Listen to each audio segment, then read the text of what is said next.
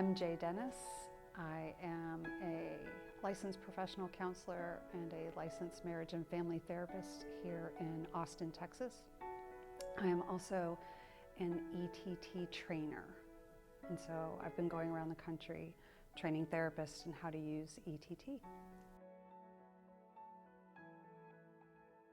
I can do EMDR, but I don't, because I don't need to.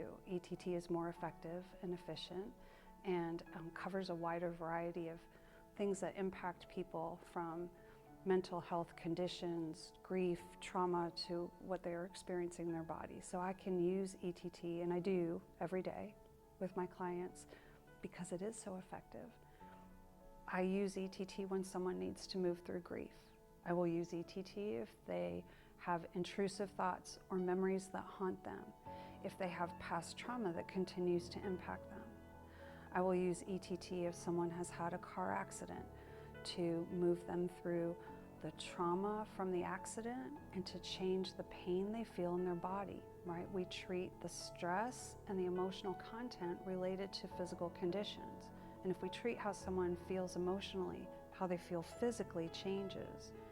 And I have an ability to keep my clients safe, meaning when they experience distress, I want them to talk, to emote, and to kick up the emotions, but I can use the colors and their eye position to move them through their emotions so that they are not becoming overwhelmed.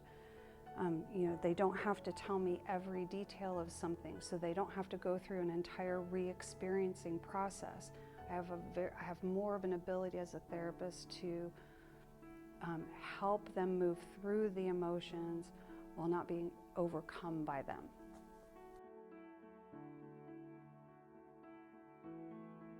So getting a therapist who, therapists, we are skeptical people. We want to make sure that if we're going to do a modality or an intervention with our clients, we need to know it's going to work. This is a do no harm field, so we need to make sure that we're not going to do something that causes harm to our clients. So when I'm thinking about other therapists, I need to present to them the science and the understanding of, 3 components of ETT, right? The client talks about the issue. There's a verbalization component. We want them to be connected to their emotions because this is emotional transformation. And so that is the second component. But while the client is verbalizing, they're emoting, we are using the colors to do the visual eye stimulation. And those 3 things, when they intersect, that's how the brain changes and why the person changes how they feel emotionally, how they feel physically, how they, even their thoughts about the topic change.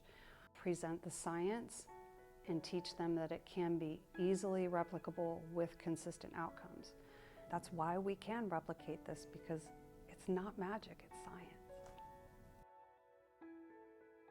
Here, yes, they want to know the science, but not as much. People want to feel better, but they need to feel safe, and they need to have some degrees of trust.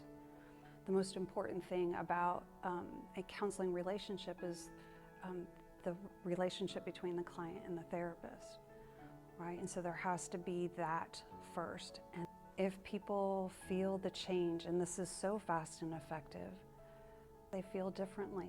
Even if they don't understand the science, they'll come back and want to do it again. I would want to make a bid for them to do research to help in the process of writing case studies and getting them published, because the roadblocks we are experiencing now, it's not in the effectiveness of the ETT. The ETT is replicable with consistent outcomes. We help people quickly with this modality. That's not the problem. The problem is we need research to back the effectiveness and the replicability.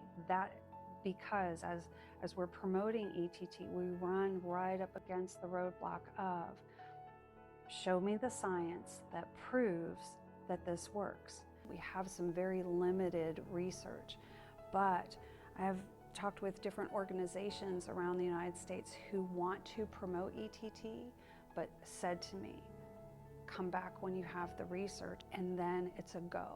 So that's my biggest plea is to my therapists, my ETT community therapists, to please do research. Once we start getting research published, it will grow exponentially.